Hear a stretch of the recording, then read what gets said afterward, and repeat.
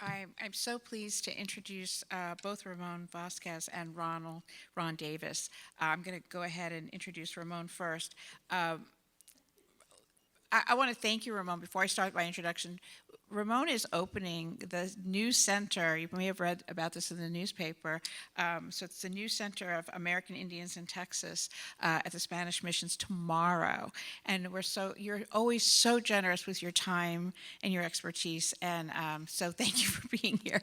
Ramon is also on our steering committee for the We Are Texas Origin Stories. So I want to say that first. Thank you, Ramon, for everything you do. Ramon is the executive director of American Indians in Texas at the Spanish Colonial Mission. He was born in San Antonio and is an enrolled member of the Topalan Nation. The American Indians of Texas is a nonprofit that serves the indigenous population of northeastern Mexico and South Texas.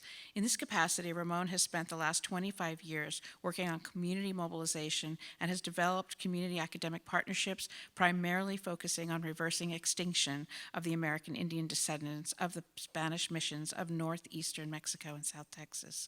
In 2006, Ramon co-founded the National Urban Indian Family Coalition, now headquartered in Seattle, Washington. He also is the co-founder and vice president of the Land Heritage Institute Foundation in Bexar County. In 2014, he co-founded the Texas Heritage Project, which is now in partnership with Texas A&M University San Antonio. So welcome, Ramon Vásquez.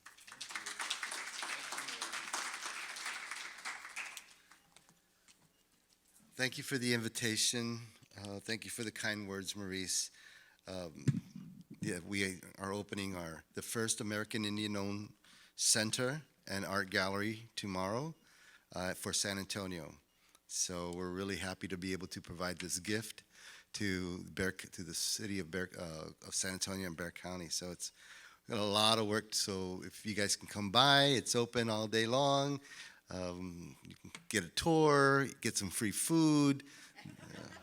It'll be all good. It'll be fun.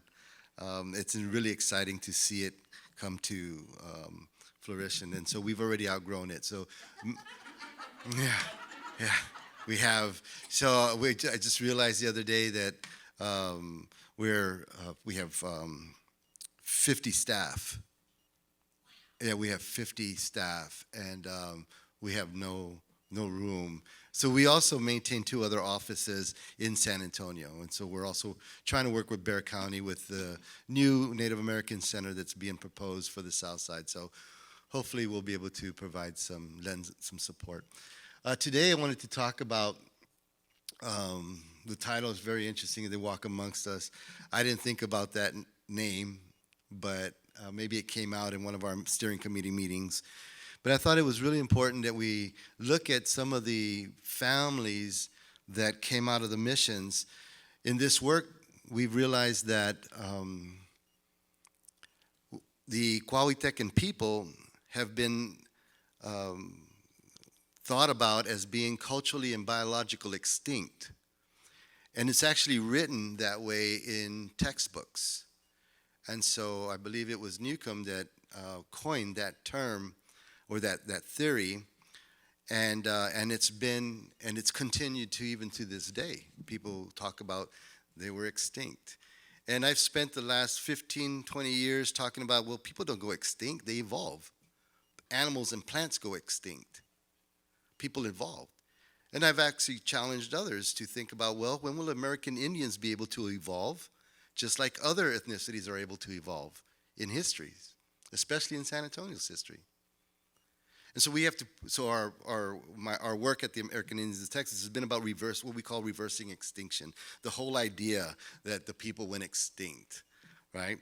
So today I want to talk about just 2 people, just 2 individuals, Damacio de la Cruz and José Tejada. And we'll start off with this picture here. During the 300th anniversary of the tricentennial for Mission San José, there were a lot of plans going on. The church had tricentennial celebrations for San José. The city had tricentennial celebrations. The county, the National Park Service, All these celebrations were being thought of for the tricentennial of San Jose, but nobody included any of the families. Nobody was going to celebrate the families. Not even the Mass. When we asked if we could have a special Mass, to have a special choir, to sing alabanzas in the original Pajalat language, to celebrate the tricentennial, there wasn't room. So it was at that point that we decided, well, you know what, if nobody else is going to celebrate the families, then we will. And so we had a party. We had a celebration during the tricentennial. And of course, it came on the paper. And then afterwards, it was an afterthought. Well, we were going to do something. And everybody had a nice afterthought opinion. But that's been our struggle here, is that our history has always been the afterthought. It's never been important enough to research, to talk about.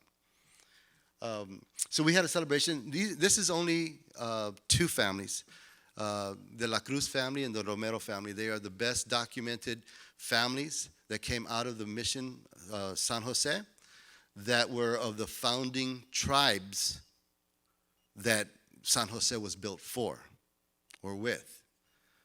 And that is they're members of the Pacoa tribal community. They're the best documented, very uninterrupted genealogical research has been conducted on the families, and it's a fantastic story. Members of these families are also, their descendants are also members of the Tepilamqua Witte Nation, who you heard a little bit about at the beginning, who are makeup of, they're all descendants of the missions of either northeastern Mexico or South Texas. Damacio de la Cruz. So Damacio de la Cruz lived around between 1772 and 1825. I'm going to put my glasses on. 1825. He was the last Yndio Governador for the mission. He was a member of the Pacoa Nation, who was one of the founding tribes for Mission San Jose de Guayo. What Damacio de la Cruz did that was so pertinent to the work that we do today is he documented in 1818 this census where he documents the American Indian families that were at the mission in 1818. And he specifically, in this section right here, specifically talks about that they're of the original descendants. So here it says, in that section that I pointed out, estos son los indios puros de esta misión, entroncados algunos por matrimonio con españoles y castas. So basically he's saying that this is a list of the pure blood Indians, of the pure Indians of this mission, mixed, some of them mixed through marriages with either Spanish or other casta systems or other castas. He also at the next section says, todos son descendientes de los fundadores de esta misión. So basically he's telling us right there that these are all descendants of the founding people of this mission. And we know who the founders were. They were the Pastilla, the Salujame, and the Pampoa, because the records tell us so. The auto de posesión clearly talks about who the founding tribes were for Mission San Juan. So we can walk away with this document saying, okay, here's the last Indian governor telling us who are the families that were descendants of the pure founding tribes. Not the ones that came later, but the ones from the beginning.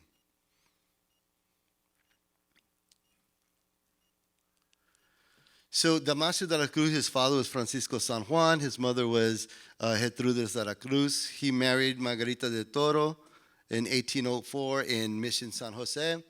After secularization, Damacio de la Cruz was also granted his land grant. That grant was where Mission County Park is today. that entire area, it was the property of Damacio de la Cruz, the last American Indian governor of Mission San José. And I want to emphasize that because people don't see the missions as pueblos. People don't really understand or want to accept the idea that there was a Native American government system in place within these pueblos. And so I think that's really important. That's been really important for us to continue to emphasize. And I think other people are starting to see that and also emphasize the important role of these were elected officials. They were appointed at the very beginning during the auto de posesión. But over time, they were all elected by the people there. So Damacio de la Cruz had 8 children that we know of. And for the sake of this conversation, I'm going to focus on Juan José de la Cruz. Juan José de la Cruz married Apolonia Cavazos, and they had 6 children. Gaspar de la Cruz was born in 1835. He married Teofila Hernandez, and their daughter, Elena Cruz, married Faustino Polanco, who happens to be the my dad's first cousin, twice removed, if you understand genealogy, that twice removed stuff. Okay, so this is my father's first cousin, twice removed. And then the other son that Juan had was Genaro de la Cruz. Genaro married Maria de Jesus Zuniga, and this is their daughter, Santa de la Cruz. Both of those sons served in the Civil War. Gaspar served within the Medina Guard. And if you understand history, and if you know the history of the Medina Guard, you know why they were formed. Because they wanted to protect, Paso de las Garzas, their homes, what we know today as Von Army. And of course, we know what happened afterwards, right? They ended up getting consumed into the larger. So this is Santa de la Cruz and her husband, Lázaro González. And we know all this because the records are so well kept. And they've always been, and I was telling somebody earlier today, it's like, we're not creating anything new. We're not making new discoveries. Scholars have always known that these records were there. Researchers have known that these records have not been hidden. They weren't found underneath a trunk somewhere in a corner someplace. They have always been there. All we have done is found an importance. We've given them importance. So this is Damacio de la Cruz's death record. I mean, it's where he died in 1825, buried at Mission San José Capistrano. But the other thing too is we don't just look at records in San Antonio, because we have to go into Mexico to find our records as well too for our families. For example, this record, Dr. Carlson helped find this record for the families. And this is Genaro's baptism in 1837, recorded in Tamaulipas. So you have to think about, well, what were they doing down there? Why did they go down there? We keep forgetting that 1836 had just happened. What was going on in 1832? Why were they in Tamaulipas? What was happening? There was a lot of movement here. There was a lot of hatred towards Catholics. So we can only assume that in 1837, this family either had maybe they had family from Santander that were living in Tamaulipas in the 1760s, and they decided to move down there for a little bit because they obviously came back. So the records are very clear, and this has assisted us with all the genealogical research. And this is one of the descendants today, Diana Reyes Moreno and her family. And then this is another. This is a Serenil reunion. These are descendants of Juan de la Cruz and Damacio de la Cruz. These are all his grandchildren. This is I'm talking about one family from Mission San José. I'm focusing on one son of that person, and this is his family. The other person is José Tejada, not Tejeda, Tejada. Okay, we'll make that clear. José Tejada. José Tejada was born around 1752 and died right before 1796.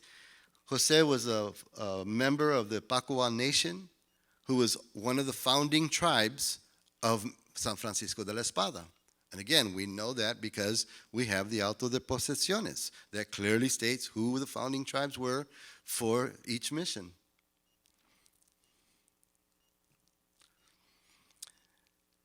José Tejada, this picture is, a lot of these photos couple of these photos that I'm going to show right now, they're at the Briscoe, and they're from the 1860s. They're stereographic, scopic photos, right, that we were able to get access to. They're from the 1860s, 1870s, Mission San José, and a couple of other missions. So this José Tejada married Dorothea Pérez, and they had two children that we know of. Jacome Tejada, who was born around 1785, and Clemente Tejada. And for all we know, and I picked these pictures because for all we know, any one of these descendants could have been in this picture. We don't know that. And Jacomo Tejada married Maria Menchaca, and this is Clemente Luna, who's a great-great-grandson of Jacomo Tejada. Here. And then the son, Clemente Tejada. Clemente Tejada married Maria Josefa de Leon. He was the alcalde of Mission San Francisco de la Espada in 1826. Again, very important position, elected position. 1826, not that long, in terms of San Antonio history. He had 14 children.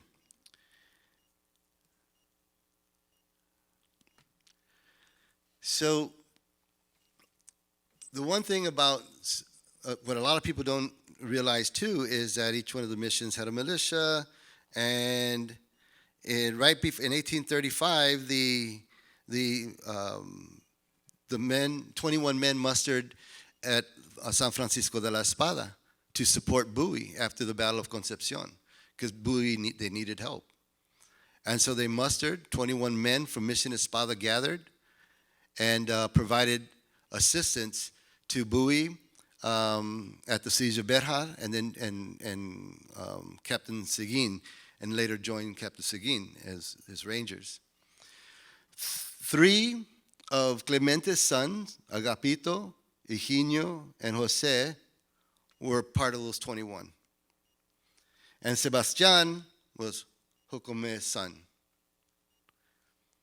And so this is important to us because when we have projects like the Alamo happening in San Antonio, and you're telling the story of the battles that led up to the Battle of the Alamo, I want to know how the Mission Indians will be talked about.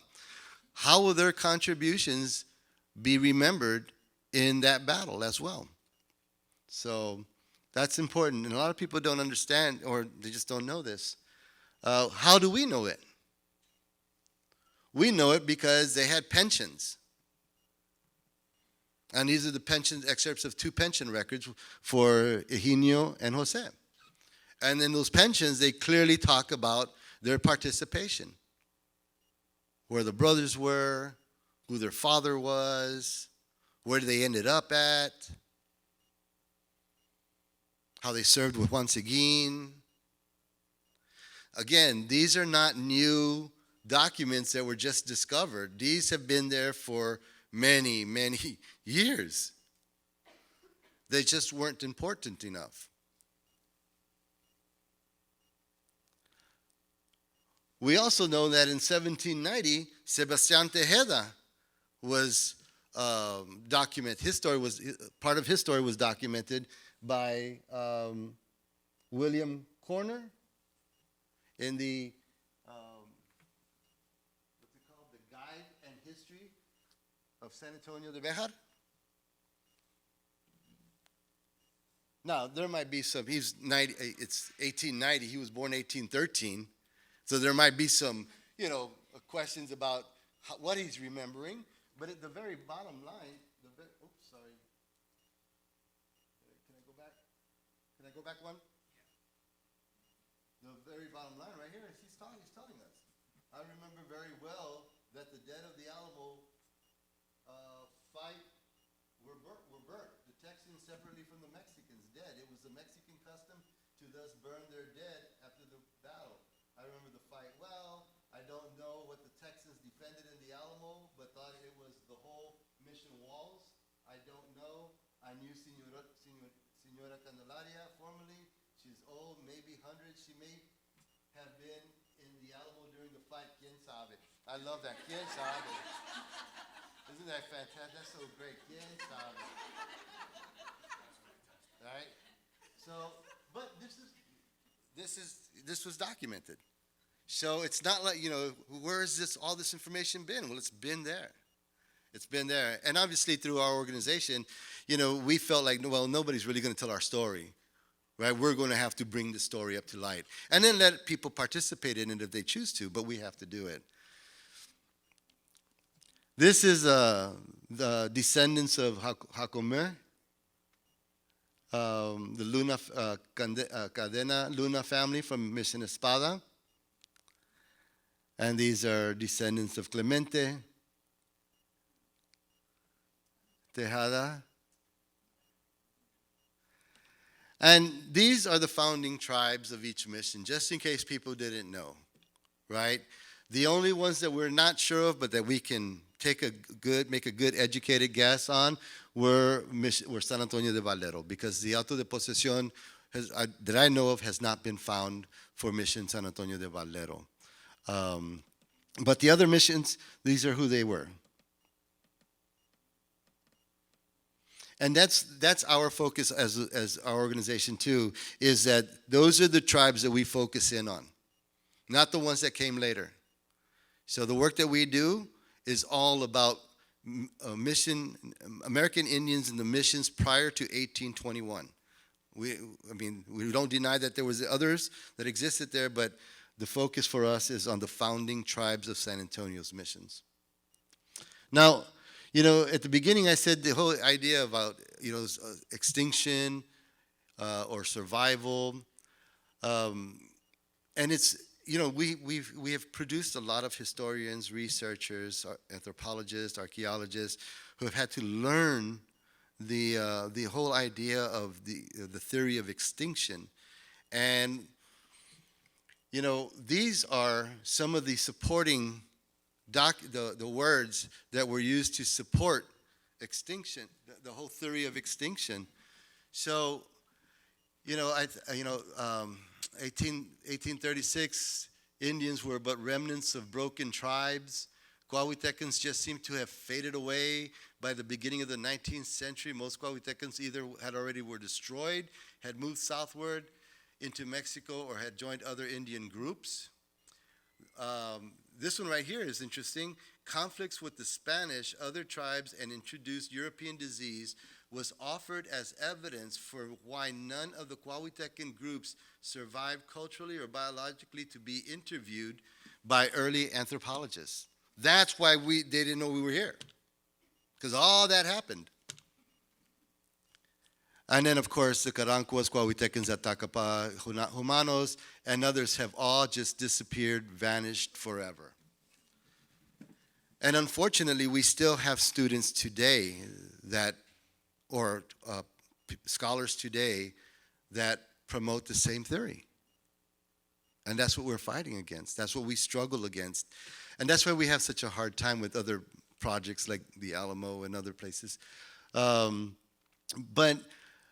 can you go back to the second slide, please?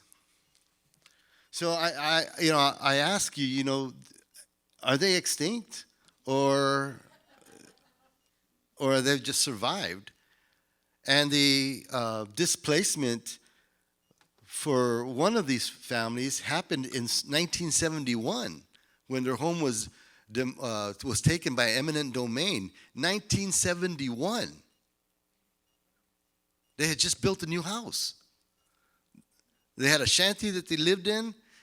They built a home in 1971, lived in it for a few months, and got a letter from Parks and Wildlife saying they're taking the home under eminent domain because they wanted to make a parking lot. So the struggles of the families, it's not that long ago. And it's interesting. So I'll tell you one little story before I stop. Where am I at? What time? I'm okay? Okay. As you can see in this picture, a lot of them are elderly individuals. I mean, they're 80 years old, 70 years old. Then you have the younger, 40, 50, a few of them, and then some of the young children. Well, we decided that the family members of Damacio de la Cruz decided that we were going to petition the county to have Mission County Park renamed. It's a park without a name. There's nothing. There's no building, no park, no street named after any of the Mission Indians that came out of the missions of San Antonio. We have no buildings, like I said, no parks, nothing like that in San Antonio. So we thought that was what a great gift, and we really believed that it was going to be received like a gift. And when we took the elders of the Damacio de la Cruz family to the county office of the commissioner that oversees that park, we went to him really like, wow, we have a great idea for you. What do you think about this? And we laid it out. We created the justification. Last Indian governor, the land that the park is on was part of his land grant. He did all these things. His father was documented as one of the founding tribal members, and in the original San Jose documents, we laid it all out. And the commissioner said, well, for us to even consider renaming that park after Damacio de la Cruz, all the Indians in San Antonio would have to agree. And I looked at him, and I wasn't talking. I hadn't talked. The elders were talking to the commissioner and telling him what they had wanted. But I was just so shocked that he said that. And my response to him that day was, why would you say that, Commissioner, when you know that the black community was never asked who the centers were going to be named after, what statues they were going to be put up, were going to be included on the east side. You know that the Navarro family was not asked to make sure that the Seguin family gave their thumbs up. You know that never happened here. And why would you impose such a discriminatory request on one race of people that you wouldn't put on other races of people? And that wasn't that long ago. That was just, he's no longer there. He did, he lost his re-election. But, so it wasn't that long ago. So, the struggles that we have as, trying to prove, one of the things too, the American Indian families are the only families that have to prove who they are. You get a Latino family name coming out of the, missions, and they're like, oh yeah, but, as soon as you say, yeah, but we were part of the first indigenous families that came out of there, I don't know about that. So anyway, I find that very interesting. That's my presentation today. I do have, there's the book called the Rutledge, I'm sure a lot of you know it, the Rutledge Handbook of Archaeology. Last year, they published an article on our story. It's called Battling the Alamo. So if you want to find out more information about what I'm referring to in regards to biological and cultural extinction, or survival, and the whole idea of the genealogy. There are examples of genealogies in that textbook. Right. So thank you again. Thank you very much for the invitation, and look forward to any questions.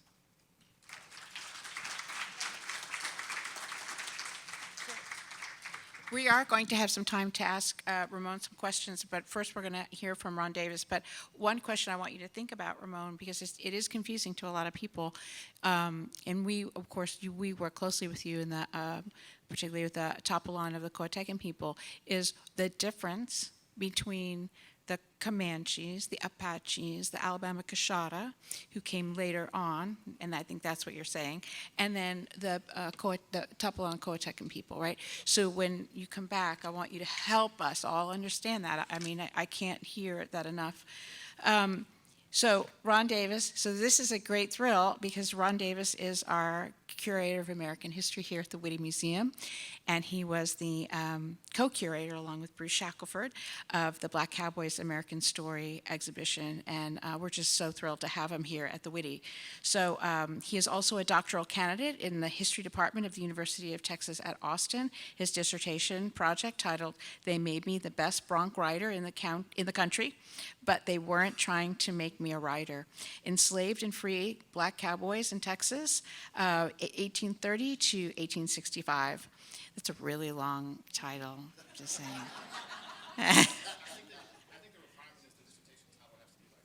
Yeah, there you go. We're excited about reading it, though, I tell you that much. This dissertation and Ron's amazing work examines enslaved cowboys, labor, and resistance in antebellum Texas. He co-curated, as I said, this amazing exhibition, Black Cowboys: An American Story, he and Bruce, and it's traveling around the country. It was at the Witte in San Antonio until April 22, and now pretty much every week we hear of another museum, right, who wants to have it. At some point, the Smithsonian Sites wants to pick it up, but they are very glacial, and so we're thinking that they will talk to us in 2024 about the possibility, and we will have already sent it everywhere, so it'll be fine. But they love it too.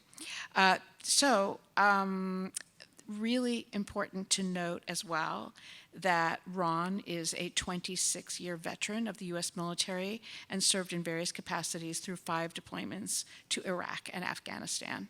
So, Ron Davis.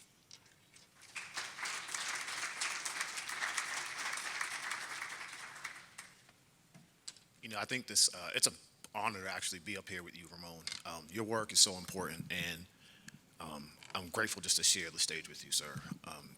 Because of the erasure of your people, I think it's doubly important that your message and your work and your research gets shared as widely as possible, right? Because like you said, people don't go extinct. That's just utter nonsense and ridiculousness.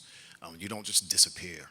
Now, they may try to disappear you from the historical record, but people don't just disappear. So it's an honor just to share the stage with you. And I really appreciate what your work is doing and how it's dedicated to fixing the holes in the past, right? To tell the full story of American history, to present American history through the lens of Native Americans in a way that people, I think, are really not capable of understanding at this time, right? We have so many holes in American history. There's so many ways that we try to, like, the history that we've kind of told has kind of been this, like, Mickey Mouse history in a way, right? It's not really inclusive. It tells a story of only a few people, and it essentially erases a number of people and their contributions to America. I mean, these families contributed to the creation of San Antonio. They deserve to be honored in a way that they clearly are not. And so I think this is a really good pairing, because what I'm here to discuss is how archives silence the voices of people of color.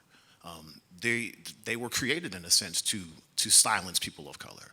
They are a lot of times are institutions of power, and so there's definitely ways that these institutions now need to look at their relationships with communities and re-engage with how they can do that. Now, the communities have already done that on their own by creating community museums, and I'll get to that later, and community archives. But there's also a space and a need for these institutions of power to go back and reach out to the communities that they've so often overlooked. So I will start. That was not my introduction. That was actually that was inspired by you. So I really respect what you're doing, and if I can help it any way, you know I will be there. So Hector Bazy, now for those of us who don't know Hector Bazy, I'll talk about him a little bit. I kind of love this guy because of what he stands for, just as a person. Hector Bazy was born in 1851 in Grimes County, Texas, born enslaved. So he was about 14 years old when the Civil War ended. Now my research is a little bit later than the Ramones, but so he was born. He was about 14 years old, give or take, when the Civil War ended. But he had already been working cattle. So the important thing to understand about Hector Bazy and why he's so important for historians is because he's one of two black cowboys who wrote an autobiography. One of two. Of all the thousands of black cowboys that would have lived in Texas and throughout America from the 1820s till today, this is one of the only two that we have their words and their writing. And that's important to consider, right? He wrote this memoir in 1910. It was never published.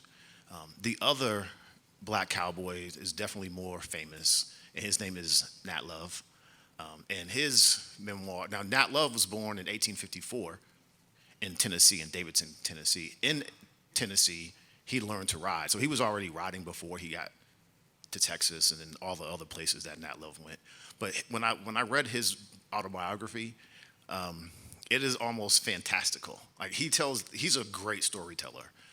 He's a wonderful storyteller in how he writes. And it's different than Hector Bazy in that he's also a little bit more confrontational. When he writes about slavery, it's really straightforward. Slavery was an evil institution. He has no problem pointing out why it was such a case, and he gives examples. And one of the things that he does in his autobiography is he gives the enslaved people in Tennessee, he gives them this power, right? One of the things that historians and the people who were enslaved, one of the things that they say is how the enslavers were constantly trying to dehumanize them. But one of the things that he kind of says, and I'm paraphrasing, he says, they tried to take, and particularly he's talking about black women, they would force them into uncomfortable sexual positions. They would take their children and sell them. They would split up their families, but they can never steal the value of their soul and their relationship between themselves and God. Now that's a really powerful statement, right? What he's showing in that statement is that the humanity was never taken. No matter what they tried to do to split up their families, to sell their children, to beat them, to force them into coerced labor, they could never, ever steal the value of their soul. And so Nat Love, he writes a lot of things like that in his autobiography, that really, if we take the time and leave the character that he is out of it, but take the time to really to spend some time with the words he's saying, we find some really interesting insights into the lived experience of African Americans before the Civil War ended and after. As a matter of fact, the title of his biography is The Life and Adventures of Nat Love, better known in the cattle country as Deadwood Dick by himself. A true history of slavery days, life on the great cattle ranges, and on the plains of the wild and woolly West, based on facts and personal experiences of the author. I mean, this guy was a character, but he also provided a lot of, his work provides a lot of insight into the lived experiences. And I know there's some people who, anyway, I won't get into that. But Hector Bazy, now in comparison, the title of Hector Bazy's memoir was Hector Bazy, Negro Cowboy, right? Straightforward, I'm a black cowboy, this is what I did. And what you find throughout his memoir is that it's almost, it's the difference between the two is so interesting. I'm not a literature person, but it's a really interesting comparison in that Hector Bazy his memoir is almost like a blue collar person writing about their lived experience, right? I woke up in the morning to see the sunlight of day in 1851. He is kind of poetic, but he just talks about like riding the range. After the Civil War, I went and started driving cattle to Houston, and just a very like I'm just a regular man, but I want my life to be remembered. And he does that in such a way that it becomes so poignant when you read his memoir in a way that's very different from the excitement of Nat Love's. And one of the things he talked about pretty early on is how he was born enslaved, right? And he says that he began to work on the plantation as soon as he could crawl. And a lot of enslaved people, and from these interviews, they would express how early they went to work. Now, if it wasn't for these kinds of statements, we wouldn't really know that so this is important, because if it wasn't for those statements by enslaved people, we wouldn't know that they actually had to work from the time that they could walk, because it's not something that enslavers often wrote about in the plantation logs and plantation books. So this is another reason why this memoir is so important, because it gives us this information that's not as commonly understood, right? And these enslaved people, they talk about what they did, right? They brought water to the people working in the fields. They tended cattle. They were often in charge of livestock. They took care of the livestock. They worked as soon as they could. And one of the things we find with black enslaved cowboys was that they started riding horses as soon as they were strong enough to sit on a horse. And so what that kind of tells us, now if you talk to cowboys who are riding the range today or riding on ranches, and I've had a chance to interview some of them, they say that when I asked them, well, when they start riding horses, they say the exact same thing. As soon as I was strong enough to sit up on a horse. And when I asked, well, how old was that? They all said around 6 years old, 6 to 7-ish for the most part. So if we extrapolate that backwards, which is not the best thing to do as a historian, but if we extrapolate that backwards, it means that these enslaved cowboys were starting to work as young as 6 or 7, tending cattle from horseback. So Hector Bazy's memoir, we just got access to it like 2 years ago because it was digitized. It wasn't in Texas. It was actually at the Anacostia Community Museum in Washington, D.C. I'm in the process of talking to the archivist there that processed the collection to understand a little bit more of the story of the memoir itself, not just Hector Bazy's story, but the story of the memoir. How did it get out there, and things of that nature. And I look forward to finding out more.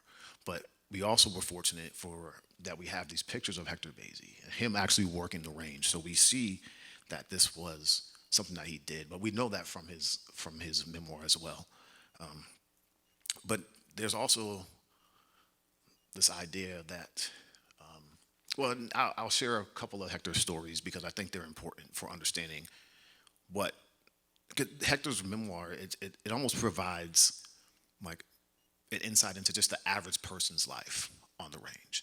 And so when we look at his memoir, we see the experiences match with the words of other black cowboys that I've researched, but it's just in richer detail. And so he tells this story of riding across Old River, and it's a powerful story because it shows us who he was. It shows us his family connections, right? His brother was with him riding on the range. And I will just read what he wrote. I remember to this day seeing my brother in the raging waters of the stream struggling for his life. I knew how to swim, and so did he. But he was sucked under by a strong current, and never did I see him again.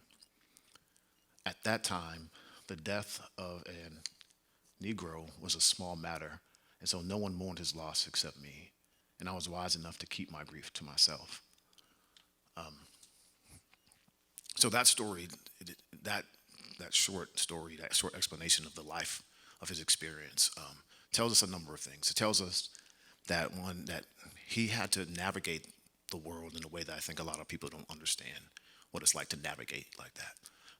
To lose your brother in the middle of a drive, you would think that you could at least have a few minutes to mourn his loss, to mourn someone that meant so much to you. But there's also the aspects of the cattle drive, and they had to keep moving the cattle. Maybe not. Did they have to?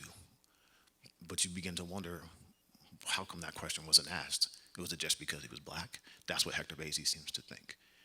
But when you have to navigate the world in that way, what it shows us is that there's a double consciousness that Hector Bazy and a lot of black cowboys had to live with. They had to understand that there's going to be some things that I experienced that are going to be painful. And that's something that we see for a lot of black cowboys. They have these experiences of discrimination on the range, of racism, of just outright racism on the range, certain cowboys just refusing to sleep next to a black cowboy on the cattle drive because he was black.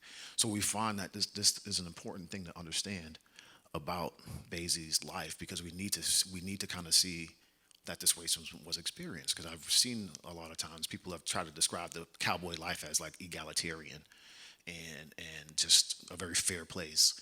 But these kinds of things, they kind of refute that. Now, I want to move on to like the silences of the archives. Now, these silences are a result of not collecting the papers and objects of people of color. It was a decision that was made, right, on whose lives, words were valuable. Why? I mean, it was just that simple. And it also comes back to relationships. Who has relationships with these institutions, right? When it's a lot of times it is the wealthy that have relationships with these institutions. And so not only is their work sought out, their papers are sought after, but they automatically know that they can donate their papers or objects to these archives. But what archivists and scholars have kind of shown and demonstrated in the last 15 years or so of research is that these institutions, in making those decisions, also decided that these stories of black and brown indigenous people was not important enough to collect. And so when you wrestle with that a little bit, it means that there's some ways that we can fix it. It means that there are some ways that we can find to be more, as institutions, we can be more inclusive. And what that means is creating relationships with communities, so that we can be engaged with them and let them know that we are also a part and prepared to protect their legacies, right? This is something, but these institutions have to actively do it. And they have to actively go out into the communities to let them know that, like, hey, we are your resource. We are a part of your community. You are a part of our community. And so I'll wrap up with this thing that we talk about, that historians kind of wrestle with when you're studying women and people of color. And it is this idea that we find our people in the traces of the archive. It's almost like being a paleontologist, although I think Thomas would kill me for saying that. But when you're in the archive, we have to find what we can about enslaved people. We have to almost find what the enslavers wrote about them. Now, if you can imagine what it would be like to try to understand the lived experience of a person based off of someone who thought they were less than a human had to say about them. And so what that means is we find these things like what, no, not this one. These things like what, like Francis Lubbock wrote to the state legislature in Texas in 1863. Most people had no idea that there were enslaved cowboys. As far as I know, there's one dissertation that even addresses it in the 1850s in North Central Texas. It's great, though, by the way, by Debbie Lyles. So Francis Lubbock, because they were having a hard time recruiting people to fight for the Confederacy in 1862, 1863, they needed to find more bodies to go fight battles, which is a thing that armies always have to do. And so he wrote to this legislature like, hey, I have a way that we can fix it. The thousands occupied in driving teams and cattle for government and government contractors must be placed in their respective companies and replaced with Negroes. When I first read that, like you said, Ramon, this was in his memoir that he wrote back in the 1870s, 1880s. It's been there for almost over 140 years or so. But when I read that, it said to me, holy moly. Right? Quien sabe? Like, Francis Lubbock knew that there were enough enslaved people and enslaved cowboys that we could take all of the young white men that were doing that work and fill it with the enslaved people to do it. And he knew that because he had enslaved cowboys that worked on his ranch. I won't go into that because that's another crazy story. But this is the kind of ways that what we do, right, as people who are trying to mine these untold stories is we ask different questions of the sources, right? We're asking different questions. We're looking at this information and we're saying that what are we not seeing in this story, right? There's another scholar who he's a scholar of cattle ranching, and he wrote, 61% of the largest cattle ranches in Texas in 1830 owned slaves, and he just keeps going. And I said, well, what do you mean, like, how has no one thought to ask the question, what does it mean that over 50% of the largest cattle ranchers in Texas at the birth of the cattle ranching industry, Anglo cattle ranching industry in Texas, what the heck does it mean that more than 50% of them use enslaved labor? But what we do as historians is we ask different questions of these sources that have been around. And that's why his work is so important. But that's why the work of like my colleague and sister, Michelle, Dr. Everidge, and what all of you all do every day to ask these questions and to bring this new information to the public so that we have a more complete understanding of the past. Thank you.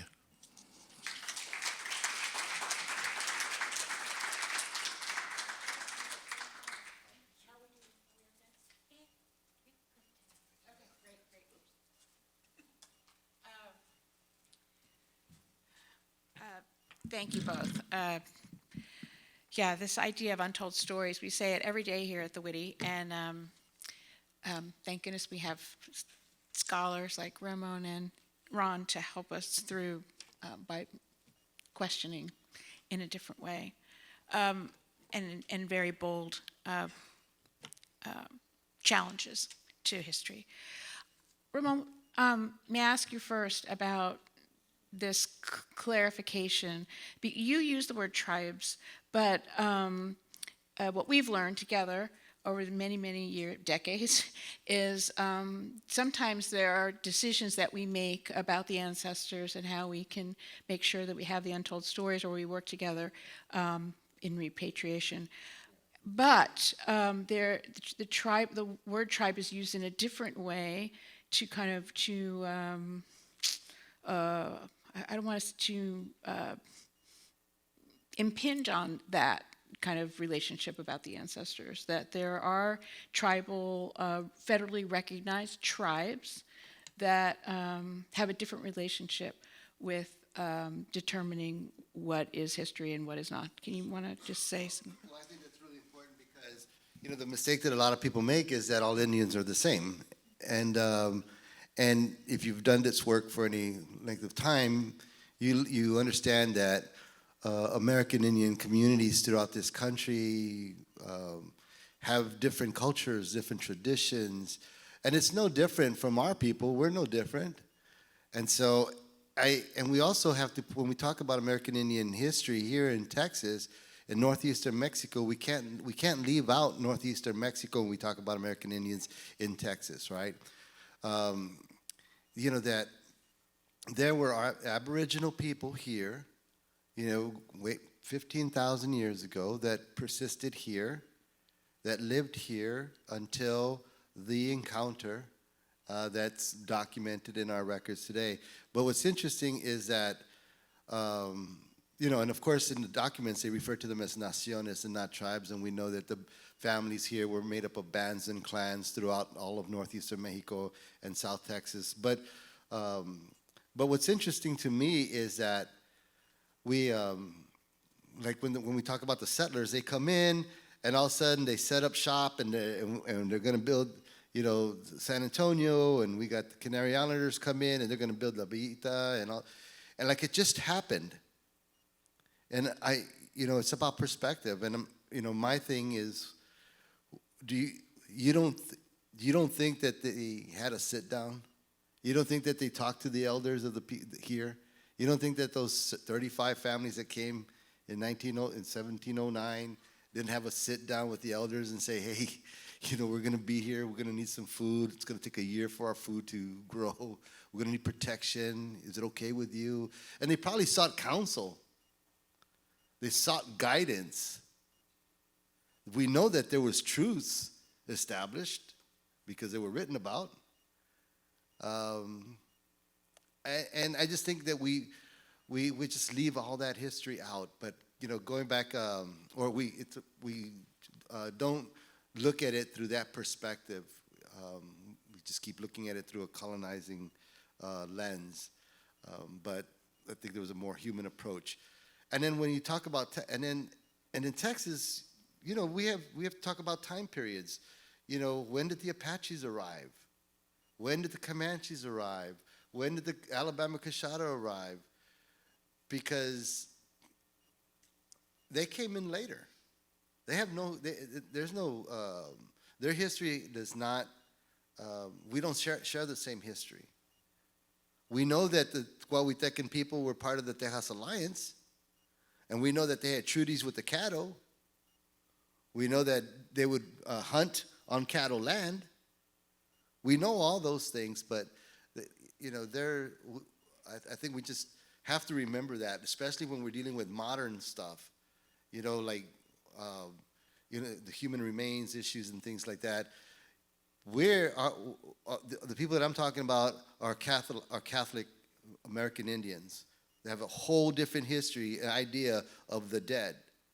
The Apaches don't treat the dead the same way. So you can't bring in Apaches to talk about the burials of American Indians, of people that were from here. You can't dismiss our petitions for interaction with the human remains based on Catholic values, like our Dia de los Muertos and all these other connections that have been incorporated into our culture because of missionization. Doesn't make us any less, but to treat us as they're all the same is it's just another unfortunate marginalization of a people. It is unfortunate. Yes, Dr. Ramón. Let me commend both of you. I'm a historian, and I commend both what you all are doing. So I'm a 20th century historian, but I got interested in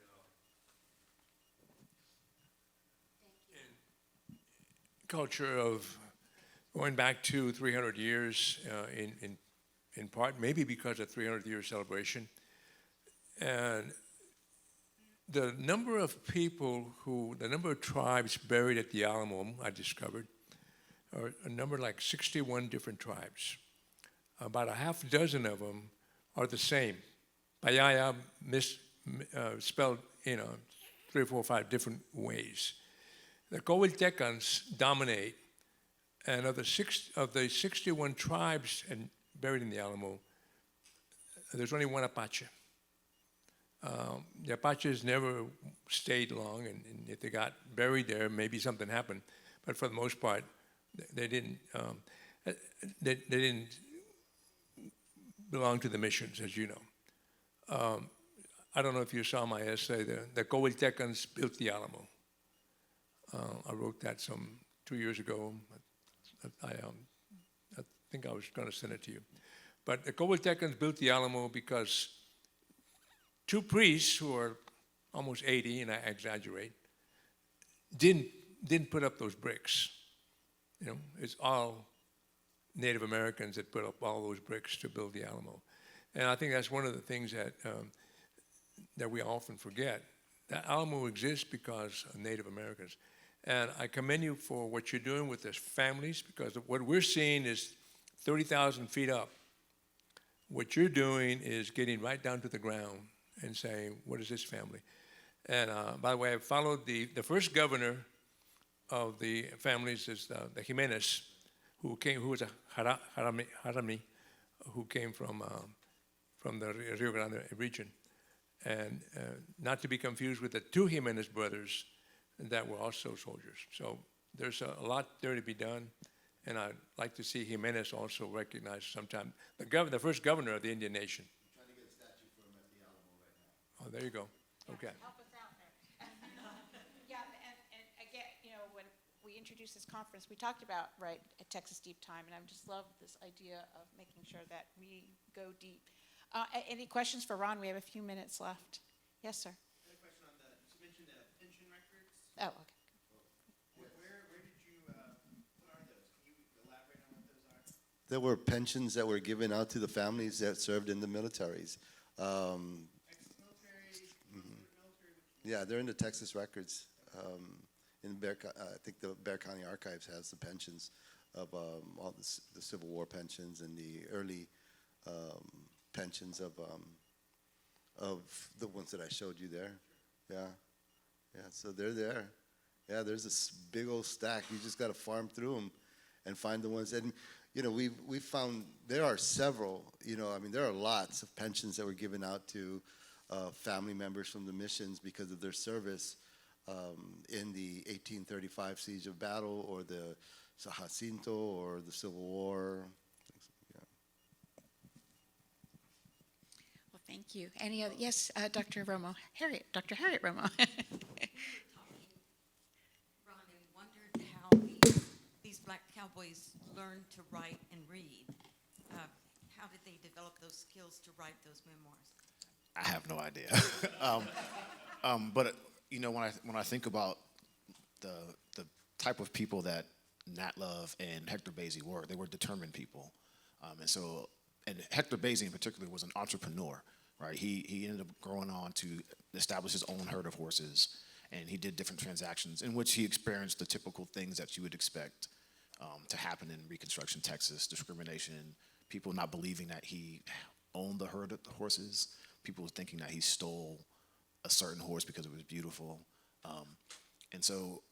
But he was an entrepreneur, and I think one thing that he probably understood as an entrepreneur is that he had to know how to read and write, and he probably would have taught himself. I mean, it can be done, right? So I would imagine that he taught himself. Do I remember the memoir? Sorry. I thought there was one point where he worked for somebody who took time To teach him how to, teach him, yeah. I forget which one, but it was, but he was probably like a teenager. Oh yeah, it was. I think it was early. I think it was early on, but yeah. He would have shown that determination, because he understood. I mean, and one of the things, again, like as a historian, like you were saying, Dr. Ramón, we do this 30,000-foot thing. We see that one of the first things that parents did after the Civil War ended was establish and find ways to educate their children. That was one of the first things that former enslaved people did. Besides founding freedom colonies for them to live, they would come together, and sometimes they would hire teachers from the north. They would pool their money and hire teachers from different places to teach the children. So education was something that they all valued and value today. I was going to say one other thing, but one of the things that your work reminds me is how present history is, right? A lot of times, especially younger people, they think history is in the past, but the effect of the past is felt in the present. And so that's something that I think that we have to remember as we tell these stories, is that the effects of the past are felt today. Thank you, Ron. We are out of time, but Mimi, I want you. I just wanted to ask Ron, when you're looking at this for the benefit of the assembled group here who are obviously interested in history, how do you force yourself to shift the paradigm to ask the questions to get to the hidden stories? That's how I start. I had a great my advisor, Dr. Berry. We start out from there. We start out thinking, what questions have not been asked? We walk into the archive knowing that these collections have already been looked at, and so we start from this place of, what would the enslaved person actually have to say about this statement, right? Within a reasonable sense, right? What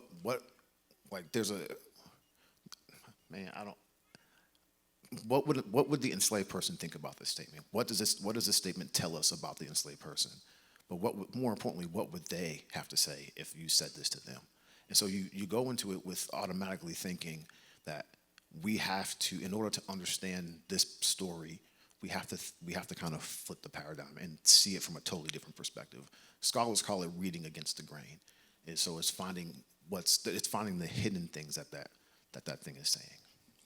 Thank you, Ron. Last word. Yeah, no, I just wanted to put something in perspective for people, is that, so what I did was in 1818, if we took 30 of the 38 families that were in that census, and we just assumed that they maybe had 3 children each that survived, that they totaled 90 children.